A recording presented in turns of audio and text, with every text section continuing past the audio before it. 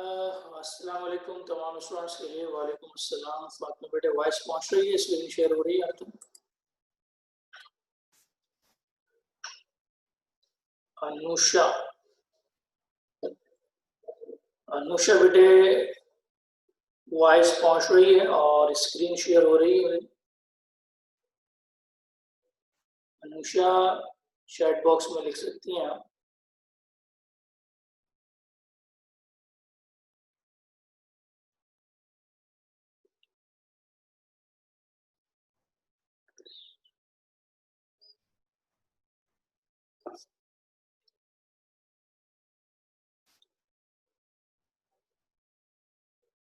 अनुषा बेटे वॉइस पहुंच रही है मेरी और स्क्रीन शेयर हो रही है आप तक। वालेकुम अस्सलाम वालेकुम सर। ओके जी, वालेकुम अस्सलाम। ओके जी, अनुषा ने कहा मायरा आ चुकी। मायरा बेटे अस्सलाम वालेकुम, क्या वॉइस पहुंच रही है अब तक और स्क्रीन शेयर हो रही है? मायरा, मैमा, क्या वॉइस आप तक आ रही है और स्क्रीन भी शेयर हो रही है? Lecture 10 first year pre engineering students, sir Atif is here. Chapter 4 से हमने अपना सिलेबस जो है वो स्टार्ट किया है। मैट्रिसेस एंड डिटर्मिनेंट हमारे चैप्टर 4 का नाम है। एक्सरसाइज 4.1 हम कंप्लीट कर चुके हैं। डिटर्मिनेंट और एडजॉइंट पर हमने लास्ट क्लास में डिस्कशन की है। रुबैशा उमैमा, रुबैशा और उमैमा, क्या बेटे वॉइस पहुंच रही है, स्क्रीन शेयर हो रही? लास्ट क्लास में हमने डिटर्मिनेंट 3/3 का डिटर्मिनेंट किस तरीके से फाइंड आउट किया जाता है और एडजॉइंट 3/3 का अगर आपको एडजॉइंट मालूम करना है, एक ऐसा मैट्रिक्स जिसका ऑर्डर 3/3 है और हमें उसका अगर एडजॉइंट मालूम करना हो तो हम किस फार्मूले से एडजॉइंट फाइंड आउट करते हैं। और अगर एक ऐसा मैट्रिक्स है जिसका ऑर्डर 3/3 है और हमें डिटर्मिनेंट फाइंड आउट करना है, मॉड मालूम करना है, तो ये दो अहम मेथड हम डिस्कस कर चुके हैं।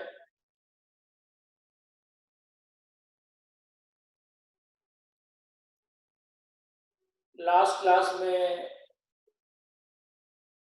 रुबैशा वॉइस पहुंच रही है बेटे, स्क्रीन शेयर हो रही है अब तक? निशा बेटे वॉइस पहुंच रही है, स्क्रीन शेयर हो रही है? ओके जी, रुबैशा ने कहा यस सर और निशा बेटे वॉइस पहुंच रही है। अस्सलाम वालेकुम। निशा ने कहा वालेकुम अस्सलाम।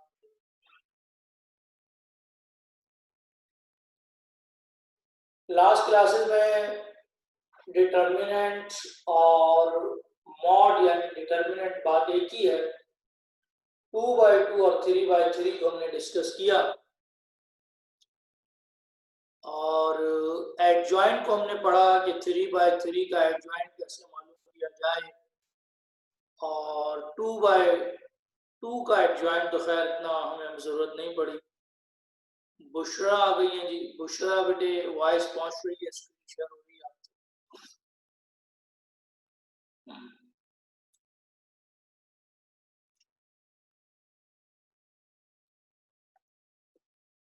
बुशरा तक वॉइस पहुंच रही है और स्क्रीन शेयर हो रही है।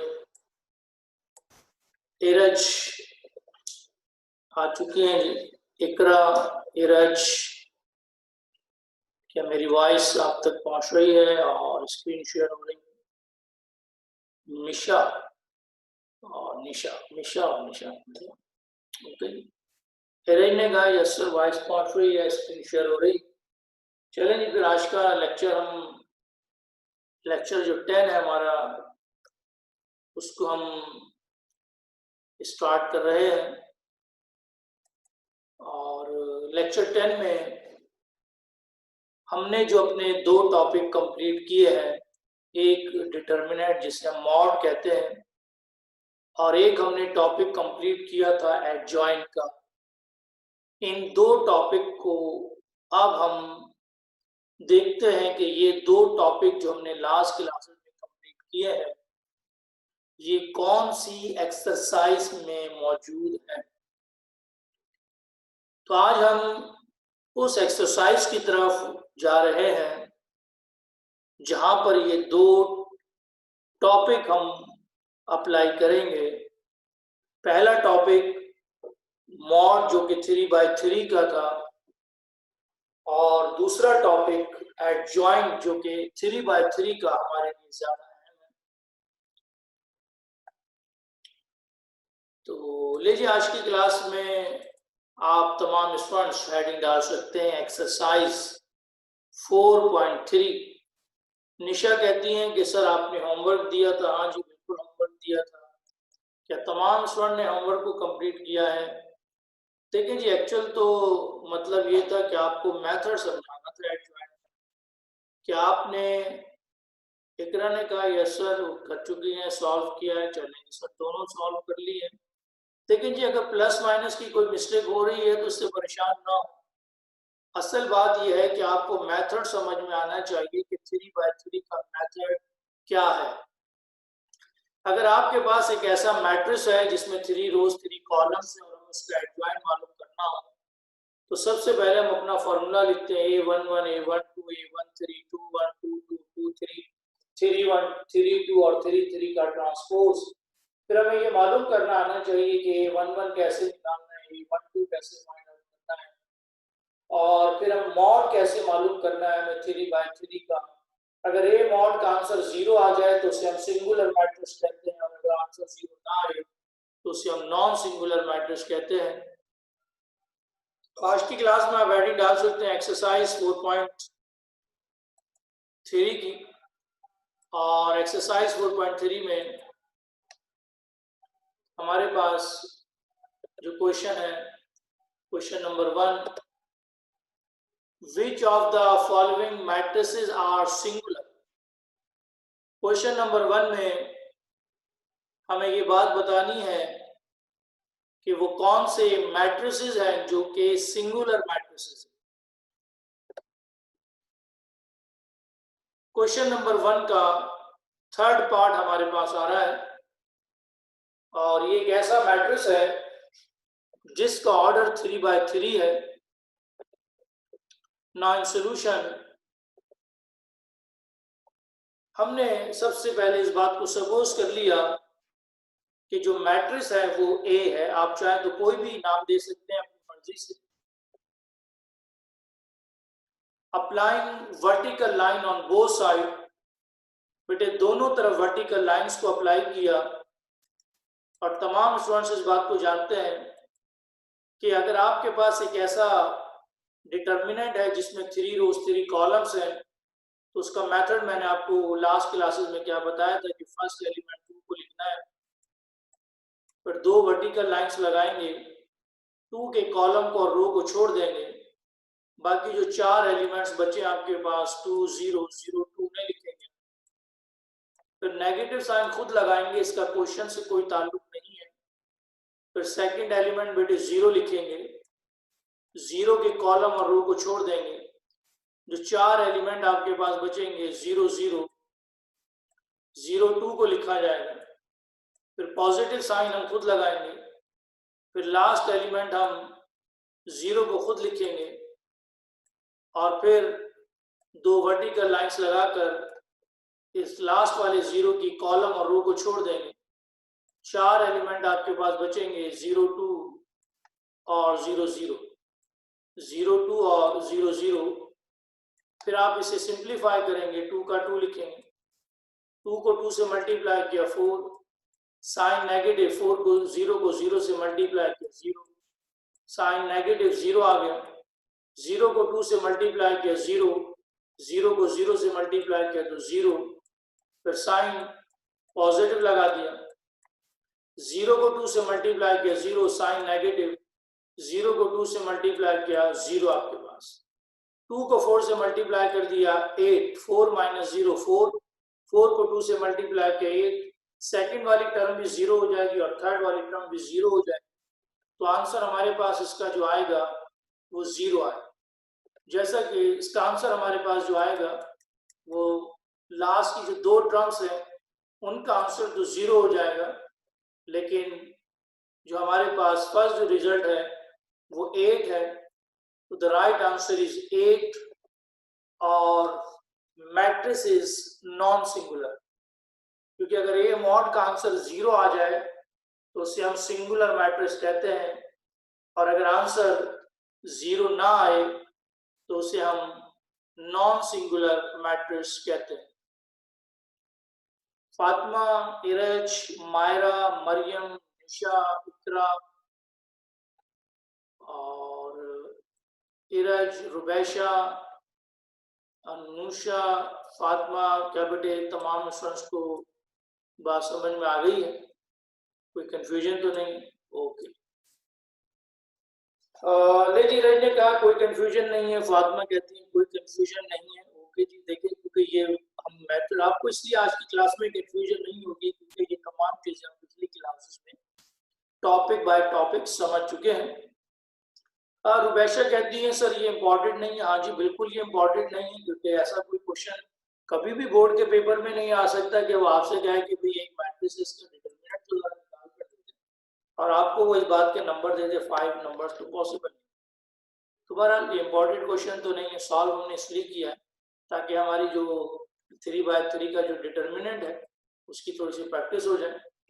क्या तमाम स्टूडेंट्स कंप्लीट कर चुके हैं? तो फिर हम आगे नेक्स्ट क्वेश्चन नंबर 1 के और जो पार्ट है उनको देखते हैं कि आगे इसका और कौन सा थर्ड पार्ट तो सॉल्व किया है पहले, अब हम देखते हैं इसका कौन सा पार्ट हमारे सामने आ रहा है। तो क्या मूव करें आगे की तरफ? मायरा ने कहा डन है, कंप्लीट कर चुकी है मायरा, और फातिमा, इरश, मरियम और कंप्लीट कर चुके हैं, तो मूव करें बेटे आगे की तरफ। मायरा और इरज ने कहा डन कर चुके हैं। रुबैशा बेटे, फातिमा,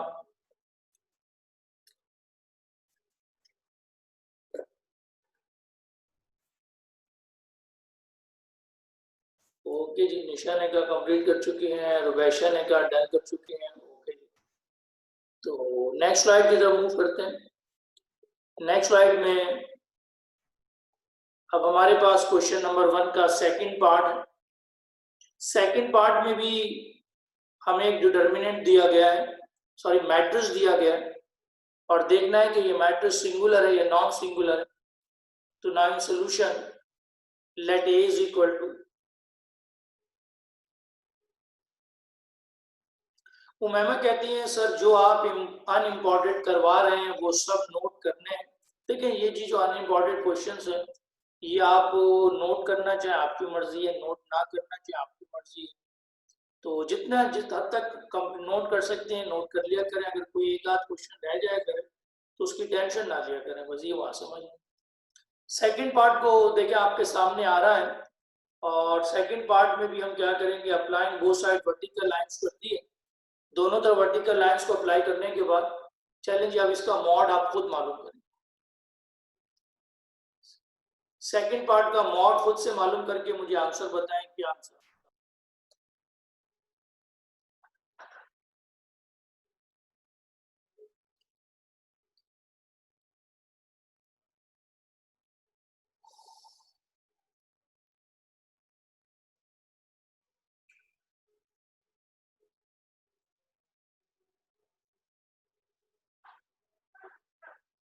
क्वेश्चन नंबर 1 का सेकंड पार्ट आपके सामने मौजूद है।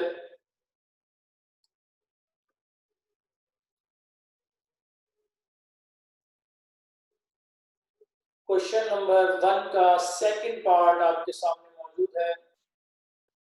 फर्स्ट पार्ट मैंने कंप्लीट किया जिसका आंसर 8 था, मैट्रिक्स इज नॉन सिंगुलर बन गया। सेकंड पार्ट क्वेश्चन नंबर 1 का हमने पहले थर्ड पार्ट सॉल्व किया, फिर सेकंड की तरफ गए। सेकंड पार्ट का डिटरमिनेंट या मॉड आप खुद फाइंड आउट करेंगे और मुझे इसका आंसर बताएंगे कि आंसर क्या है।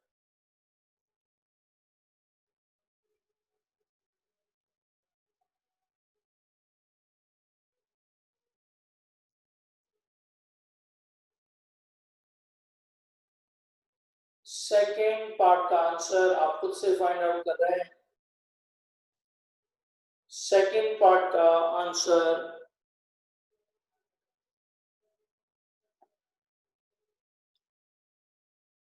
पहले 1 को लिखना है, 1 की कॉलम और रो को छोड़कर।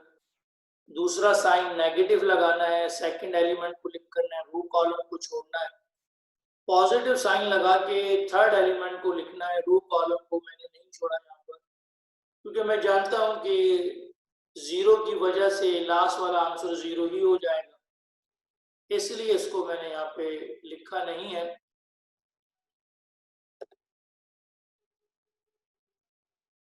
जीरो को 20 से मल्टीप्लाई करेंगे, 0 minus 300 minus 20, 0 multiplied by 20, 0, 10 multiplied by 10 is 100, minus 300 plus 2000, the right answer is 1700. Matrix is non-singular. Matrix is non-singular. Second part के लिए क्या यही आंसर सबके पास है? धीरज ने कहा 1700 आ रहा है, बिल्कुल सही है, 1700 इसका राइट आंसर है। तो नीचे क्या लिखेंगे कि मैट्रिक्स इज नॉन सिंगुलर। नीचे लिख दें matrix is non singular. Second part के बाद अब हम आगे मूव कर रहे हैं फर्स्ट पार्ट की तरफ। फर्स्ट पार्ट में now in solution let A be the given matrix applying both side vertical lines। अब ये जो डिटर्मिनेंट दिया गया है ये 2/2 का डिटर्मिनेंट दिया गया है, और बेटे 2/2 का डिटर्मिनेंट निहायत ही आसान है। पहले हम राइट को मल्टीप्लाई करेंगे और फिर लेफ्ट को मल्टीप्लाई करेंगे। तो 2 मल्टीप्लाई √72 माइनस 12 √2 इस तरह से लिखा जाएगा। √72 अगर आप कैलकुलेटर से फाइंड आउट करना चाहें तो आपको इसका आंसर पॉइंट में मिलेगा, क्योंकि 72 परफेक्ट स्क्वायर नहीं है। तो 72 को हम इस तरह से सॉल्व करते हैं जैसे छोटी क्लासेस में हम आमतौर पर सॉल्व करते हैं। 2 को मल्टीप्लाई करेंगे हम, 2 3s are and 2 6 are 2 18, 2 9 और 3 3s are 9, 3 1s are 3। ये 3 का एक पेयर है और ये 2 का पेयर है। जो पेयर्स होते हैं उन्हें हम बाहर लिखते हैं, यानी 3 मल्टीप्लाई बाय 2, 3 मल्टीप्लाई बाय 2 और रूट में जो वैल्यू रह गई वो लिखेंगे, यानी कि 2। तो ये बनेगा 3 2s are 6 √2, 6 √2, 6 √2। तो 2 का 2 लिखेंगे, 72 को हमने लिखा 6 √2 और 12 √2 minus 12 √2 cancellation, the answer is 0। Now matrix is singular matrix. Iqra ने सबसे पहले आंसर दिया है, सिंगुलर मैट्रिक्स है। फातिमा का भी मैसेज आ गया, शाबाश बेटे, सिंगुलर मैट्रिक्स है। मायरा, निशा,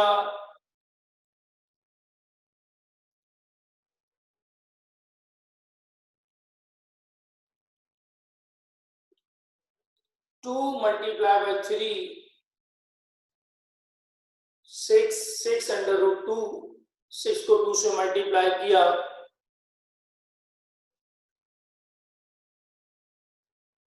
बुशरा ने कुछ अजीब बात की है। बुशरा बेटे क्या 2 3 बात समझ में नहीं आ रही है?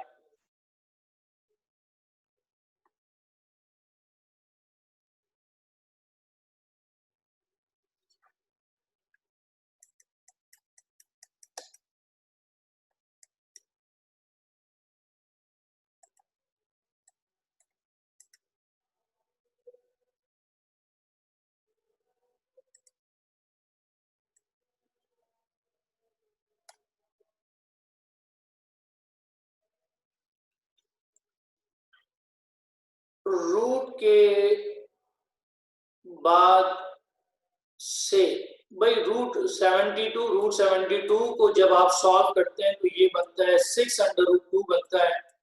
कैसे बनता है 6√2? पहले 72 को मैंने सॉल्व किया, जो पेयर बन गए थे 3 वो बाहर लिखा, 2 का पेयर बाहर लिखा, रूट के अंदर 2 है, रूट के अंदर 2, तो 3 2 6, 6√2। 72 को अगर हम सॉल्व करें तो इसका आंसर हमारे पास बनता है 6√2। 2 को बेटे 6 से मल्टीप्लाई किया 12√2 माइनस 12√2 पहले से है, कैंसिलेशन 0 हो गया। निशा बेटे बात समझ में आ रही? बुशरा, निशा, कोई कंफ्यूजन तो नहीं है? बुशरा बेटे, निशा बेटे, कोई कंफ्यूजन तो नहीं है? बुशरा ने कहा नो सर कोई कंफ्यूजन नहीं है। निशा ने कहा सर √2 कैसे आया? अच्छा, √2 कैसे आया ये समझते हैं इस बात को। भाई देखें 3 और 2 ये तो पेयर जो बन गए थे वो तो बाहर, ये 2 ऊपर वाला एक 2 रह गया है, जो बाकी बच जाता है उसको हम रूट के अंदर कंसीडर करते हैं, तो वो इसलिए आया। ये रूट के अंदर जो 2 है वो इसलिए आ रहा है क्योंकि यहाँ पे हमारे पास एक 2 रह गया था, जो 2 बच गया है उसको हमने रूट के अंदर लिखा। निशा बेटे बात समझ में आ रही? भाई जो पेयर बन गए वो तो बाहर लिखे जाते हैं, जो बच जाता है वो रूट के अंदर लिखा है। निशा,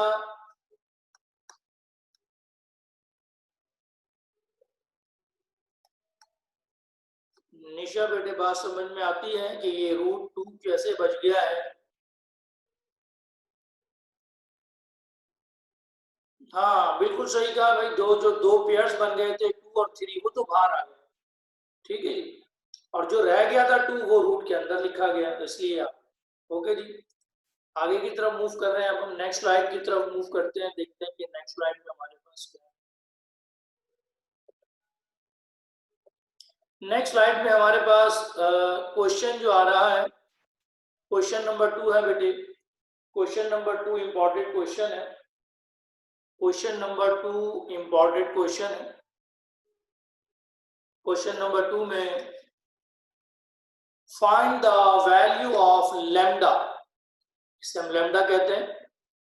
find the value of lambda, हमें लैम्डा की वैल्यू निकालनी है। For which the following matrices become singular. कह रहा है जी ये मैट्रिसेस जो है वो सिंगुलर मैट्रिस है, और हम ये बात जानते हैं कि सिंगुलर मैट्रिक्स में ए मॉड जो है वो, सिंगुलर मैट्रिक्स में ए मॉड जो है वो 0 के इक्वल कंसीडर किया जाता है। तो तमाम स्टूडेंट स्क्रीन पर जरा कंसंट्रेट करेंगे, बहुत क्वेश्चंस आ रहे हैं हमारे पास, इंपॉर्टेंट क्वेश्चन आ गए जी। सॉल्यूशन में सबसे पहला काम तो वही है, let A B the given matrix then A is equal to. हमने अपने मैट्रिक्स को ए सपोज कर लिया। Applying both side vertical line, दोनों तरफ वर्टिकल लाइंस को अप्लाई किया। लैम्डा को, ये मैट्रिक्स चूंकि 2/2 का मैट्रिक्स है तो लैम्डा को 4 से मल्टीप्लाई करेंगे, 4 लैम्डा, साइन माइनस का लगा के 2 को 3 से मल्टीप्लाई करेंगे तो 2 3 are 6, यानी 4 lambda minus 2 3 are 6। According to question, matrix is singular, so that is A mod is equal to 0। हम ये बात जानते हैं कि मैट्रिक्स सिंगुलर है, क्वेश्चन में कहा गया सिंगुलर, तो A mod बेटे किसकी इक्वल है? 0 की इक्वल है। तो लेफ्ट हैंड साइड पर जो ए मॉड आपके सामने लिखा हुआ है, लेफ्ट हैंड साइड पर जो ए मॉड लिखा गया है, इस ए मॉड की जगह पर हम 0 को लिखेंगे। लेकिन निशा कहती हैं सर एक दफा से फिर रिपीट कर दें। क्वेश्चन नंबर 2 कहता है जी find the value of lambda, हमें लैम्डा की वैल्यू को फाइंड आउट करना है। Which of the following matrices become singular, यानी वो ये कहता है कि ये तमाम मैट्रिसेस जो है सिंगुलर मैट्रिस है, और अगर ये मैट्रिसेस सिंगुलर मैट्रिस है तो लैम्डा की वैल्यू को फाइंड आउट करें। तो सबसे पहला काम जो क्वेश्चन दिया गया था उसको हमने ए के इक्वल सपोज किया, दोनों तरफ वर्टिकल लाइंस को अप्लाई किया, और वर्टिकल लाइंस को अप्लाई किया तो ए मॉड इज इक्वल, हम ये बात जानते हैं according to question matrix is singular. कहा गया सिंगुलर मैट्रिस, सिंगुलर मैट्रिस की प्रॉपर्टी है कि जो ए मॉड है वो किसकी इक्वल होता है, 0 की इक्वल।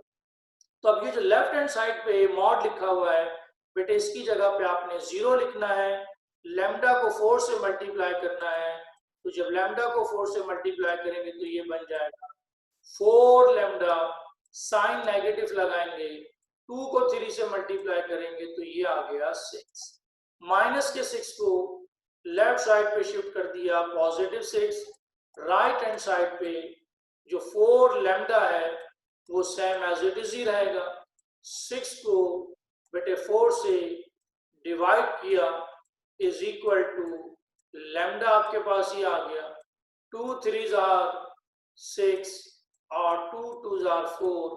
तो लैम्डा की जो वैल्यू हमारे पास बनेगी वो बेटे क्या बनेगी, 3/2। बिल्कुल ठीक है जी, मायरा ने बिल्कुल सही आंसर निकाल लिया, 3/2 इसका आंसर है।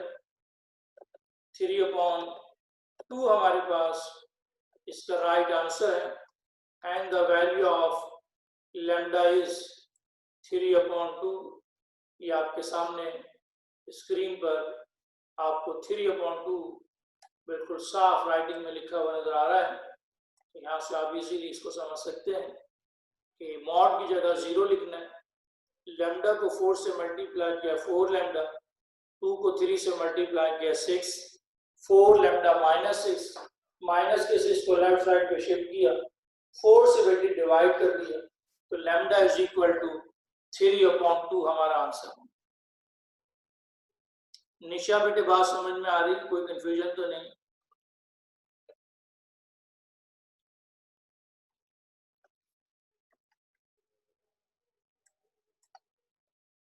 ओके, निशा ने कहा जी सर बात समझ में आ गई, चले जी बहुत अच्छी बात है। और निशा के साथ ही मैं पूछ लेता हूँ, फातिमा से पूछ लेता हूँ। फातिमा बेटे, बुशरा बेटे, मायरा, क्या कोई कंफ्यूजन तो नहीं रही इसमें?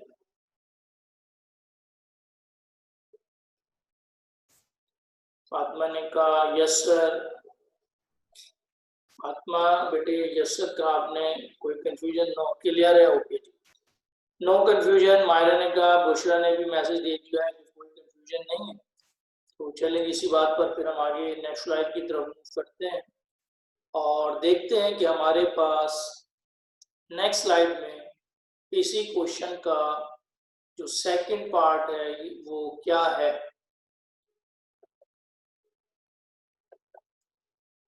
सेकंड पार्ट में अब जो मैट्रिक्स आपको दिया जा रहा है उसका ऑर्डर 3/3 है, इसलिए ख्याल रखेंगे इस बात का कि first we write let A B the given matrix, applying both side vertical lines, that is A mod is equal to, फिर वही बात लिखनी है according to question matrix is singular, that is A mod is equal to 0। अब बात बड़ी अहम है और समझने की है कि अब लेफ्ट साइड पर चूंकि A mod 0 है तो आपने लेफ्ट साइड पर बेटे 0 ही को लिखना, फिर इक्वल का साइन लगाएंगे। अब चूंकि डिटर्मिनेंट 3/3 का है तो इसकी एक्सपेंशन भी 3/3 के मेथड के मुताबिक होगी।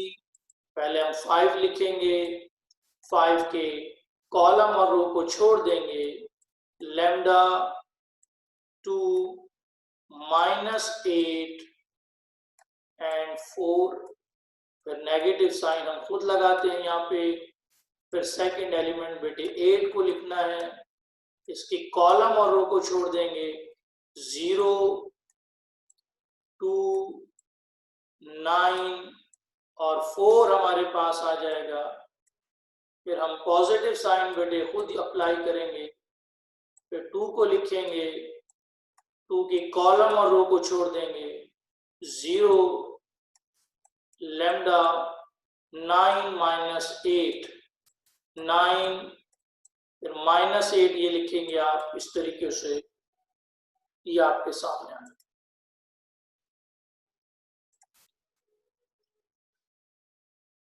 0 सेम एज इट इज रहेगा, 5 सेम एज इट इज रहेगा, 4 को लैम्डा से मल्टीप्लाई करेंगे, 4 लैम्डा, एक फार्मूले का माइनस और एक प्लस का माइनस, तो ये बन जाएगा प्लस का 16।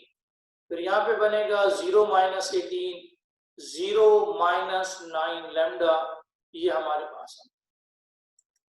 नेक्स्ट स्टेप में कुछ नहीं करना, 5 को दोनों से मल्टीप्लाई करेंगे, क्योंकि 4 लैम्डा 16 में ऐड नहीं हो सकता, तो ये बन जाएगा 20 लैम्डा, और 16 को 5 से मल्टीप्लाई करेंगे तो आ जाएगा 80। 0 माइनस 18 हम जानते हैं -18 होता है, माइनस के 18 को माइनस के 8 से मल्टीप्लाई कर देंगे, 144। 0 माइनस 9 लैम्डा माइनस 9 लैम्डा, 2 से जब मल्टीप्लाई होगा तो -18।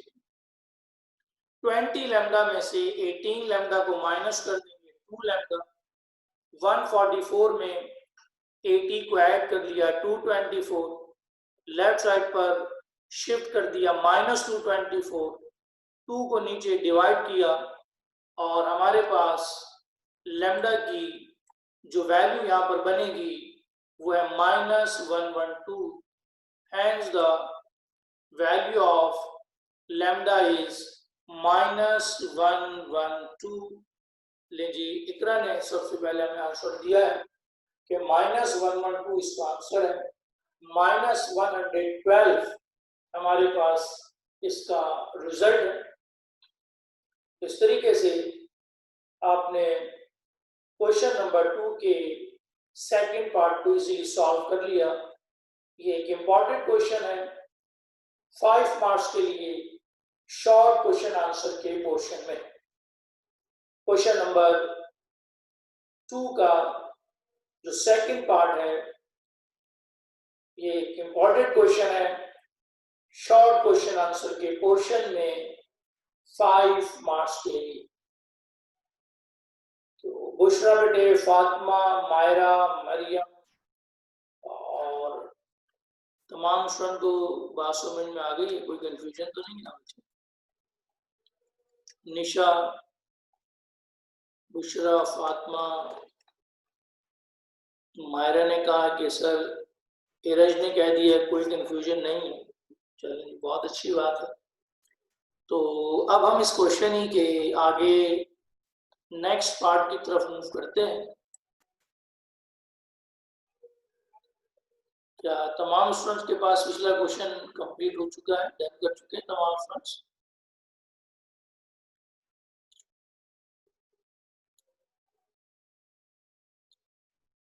तो ओके जी, मायरा ने कहा यस सर डन कर चुके हैं, कंप्लीट कर चुके हैं, और मायरा ने भी, फातिमा ने भी कहा कि कंप्लीट किया जा चुका है। चलें जी, फिर आगे मूव कर रहे हैं, नेक्स्ट स्लाइड की तरफ मूव करते हैं और देखते हैं कि नेक्स्ट स्लाइड में हमारे पास क्या है। थर्ड पार्ट, नेक्स्ट स्लाइड में इसी क्वेश्चन का थर्ड पार्ट। इस थर्ड पार्ट को आपके होमवर्क के लिए मैं छोड़ रहा हूँ, कोशिश कीजिएगा सॉल्व करने की, और ना हो तो कल की क्लास में मुझे बताइएगा, फिर हम इसको कल की क्लास में सॉल्व करेंगे। क्वेश्चन नंबर थर्ड को नोट डाउन कर लें और इसको अपने होमवर्क में नोट डाउन कर लें, और यहाँ पर एक बात ध्यान में बिठा लें, जैसे x को x से जब मल्टीप्लाई करते हैं तो x स्क्वायर बन जाता है, इसी तरीके से अगर कहीं पे 2 लैम्डा मल्टीप्लाई हो रहे हैं तो उन्हें आप लैम्डा स्क्वायर, या 3 लैम्डा अगर कहीं पे मल्टीप्लाई हो रहे हो तो उन्हें लैम्डा क्यूब आप लिख सकते हैं।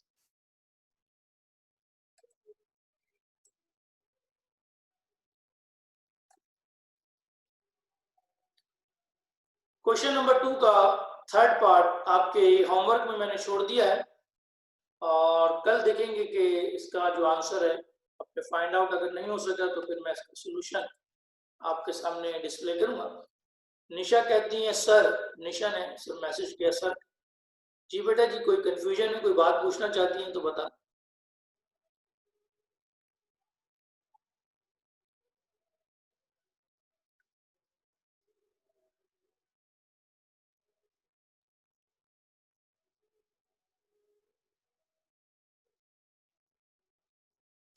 ले जी, निशा कहती हैं सर लैम्डा जब आए पर स्क्वायर अगर आ जाए तो उसकी जगह पे 1 पुट करें। नहीं जी, लैम्डा स्क्वायर की जगह पे हम 1 पुट नहीं करेंगे, लैम्डा स्क्वायर कम लैम्डा स्क्वायर ही रहने दें। वो थोड़ा सा आप वो असल में हमने जो पढ़ा था, मैं समझ रहा हूँ, वो हमने आयोटा स्क्वायर पढ़ा था कि अगर आयोटा पे स्क्वायर आ जाए तो उसकी जगह पे हम -1 लिखते हैं, और ओमेगा पर अगर क्यूब आ जाए तो उसकी जगह पर हम 1 लिखते हैं। लेकिन लैम्डा पर अगर क्यूब आ जाए या लैम्डा पे स्क्वायर आ जाए तो उसकी जगह पर कुछ नहीं लिखा जाए। निशा बेटे बात समझ में आ रही? निशा, ओके सर, निशा ने कहा ओके सर, बात समझ में आ गई। ये तो आपके होमवर्क में चला गया क्वेश्चन। अब आगे बढ़ते हैं, मूव कर रहे हैं हम आगे। ये इसका सोल्यूशन भी है, आगे सोल्यूशन कल देखेंगे इसका। Question number 3, find the adjoint of. Question number 3 क्या है? Find the adjoint of. भाई ऐसे मैट्रिक्स दिए गए हैं जिनका ऑर्डर 2/2 है, तो ऐसे क्वेश्चंस हमारे पास बोर्ड के पेपर में नहीं पूछे जाते, क्योंकि 2/2 का जो एडजॉइंट है वो बहुत ही आसान होता है मालूम करना। अगर आपको एडजॉइंट ऑफ ए मालूम करने के लिए कहा जाए, एडजॉइंट ऑफ ए अगर आपको मालूम करने के लिए कहा जाए, तो बेटे मेथड मैंने क्या बताया था कि जो राइट हैंड डायरेक्शन में नंबर्स होते हैं इनकी जगह को चेंज करते हैं हम, और जो लेफ्ट हैंड डायरेक्शन में नंबर्स होते हैं हम उनके साइन को चेंज करते हैं। ऐसे ही 1 और 6 की जगह को चेंज कर दिया जाएगा, और जो 2 और 4 है इनके साइन को चेंज कर दिया जाएगा। तो -2 और -4। जो सेकंड है इसका भी एडजॉइंट आप बहुत आसानी से फाइंड आउट कर सकती हैं। एडजॉइंट ऑफ बी लिखेंगे बेटे, ये मैंने लिख दिया, adjoint of B is equal to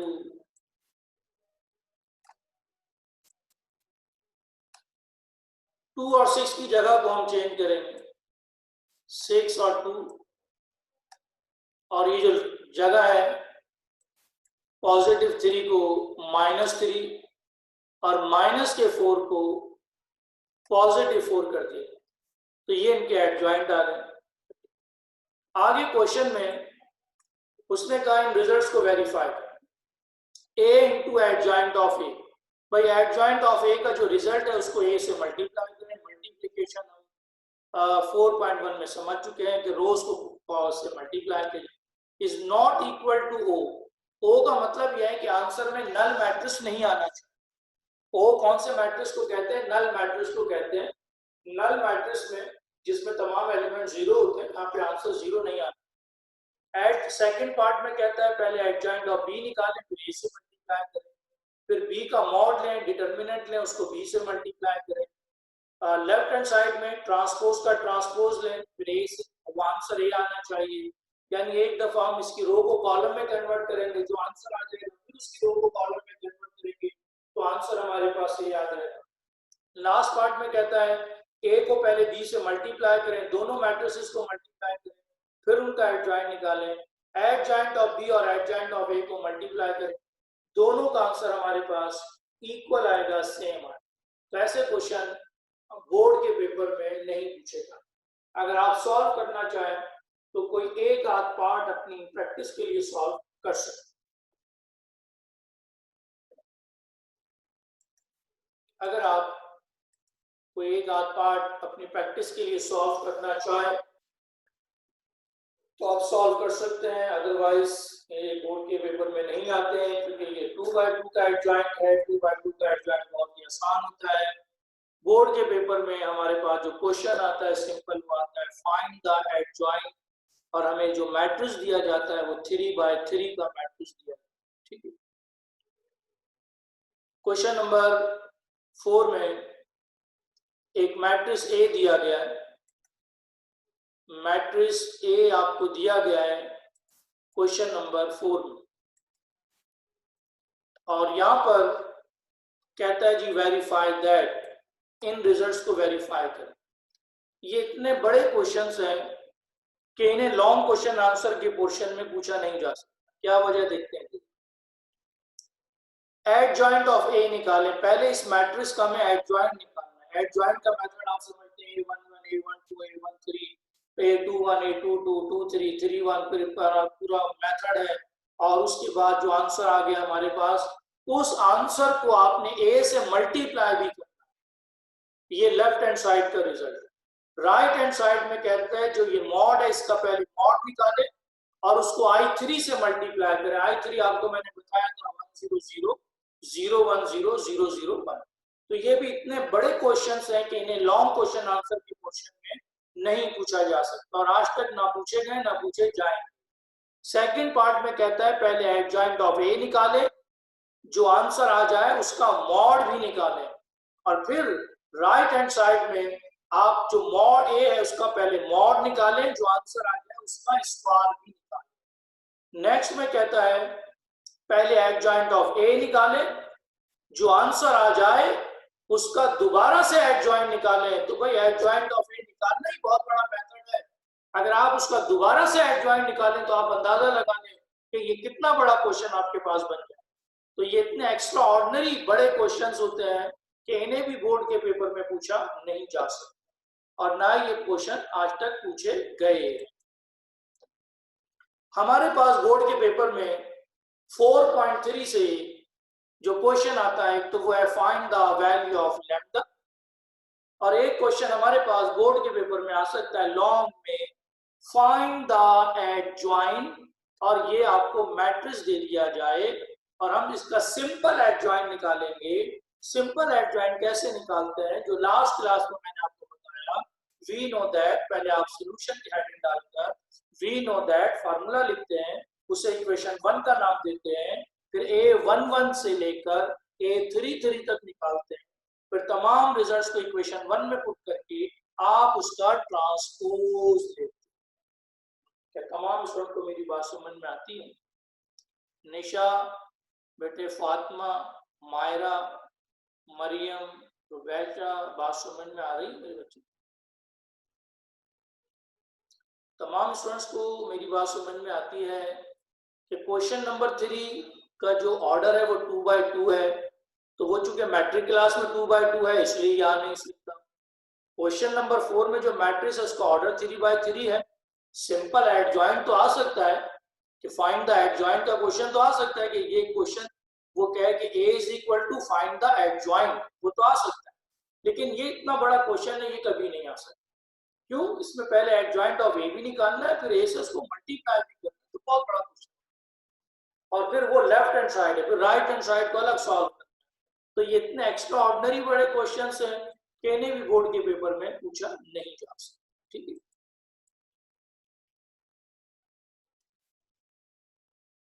any question? Any question? Nisha कहती है नो सर, कोई कंफ्यूजन? तो आज की क्लास में हमने अपनी एक्सरसाइज 4.3 को कंप्लीट कर लिया है। हमने चैप्टर 4 में 4.1 कंप्लीट की है, और 4.1 के बाद 4.3 को कंप्लीट किया है। 4.2 अभी हमने नहीं पढ़ी। ठीक है, आज के लेक्चर में कोई कंफ्यूजन तो नहीं? क्या आज का लेक्चर आपको 100% समझ में आ चुका है? ओके जी, मायरा ने कहा 100% सेटिस्फाइड है और तमाम स्टूडेंट्स कोई कंफ्यूजन, कोई प्रॉब्लम्स तो नहीं रही आज के लेक्चर में किसी भी हवाले से? ओके जी, निशा ने कहा यस सर क्लियर है, कोई कंफ्यूजन नहीं है, तो ठीक है जी। तो आज की जो हम क्लास है इसको यहीं पर ही ऑफ कर रहे हैं और तमाम स्टूडेंट्स को मेरी तरफ से अल्लाह हाफिज, तमाम स्टूडेंट्स से अल्लाह हाफिज।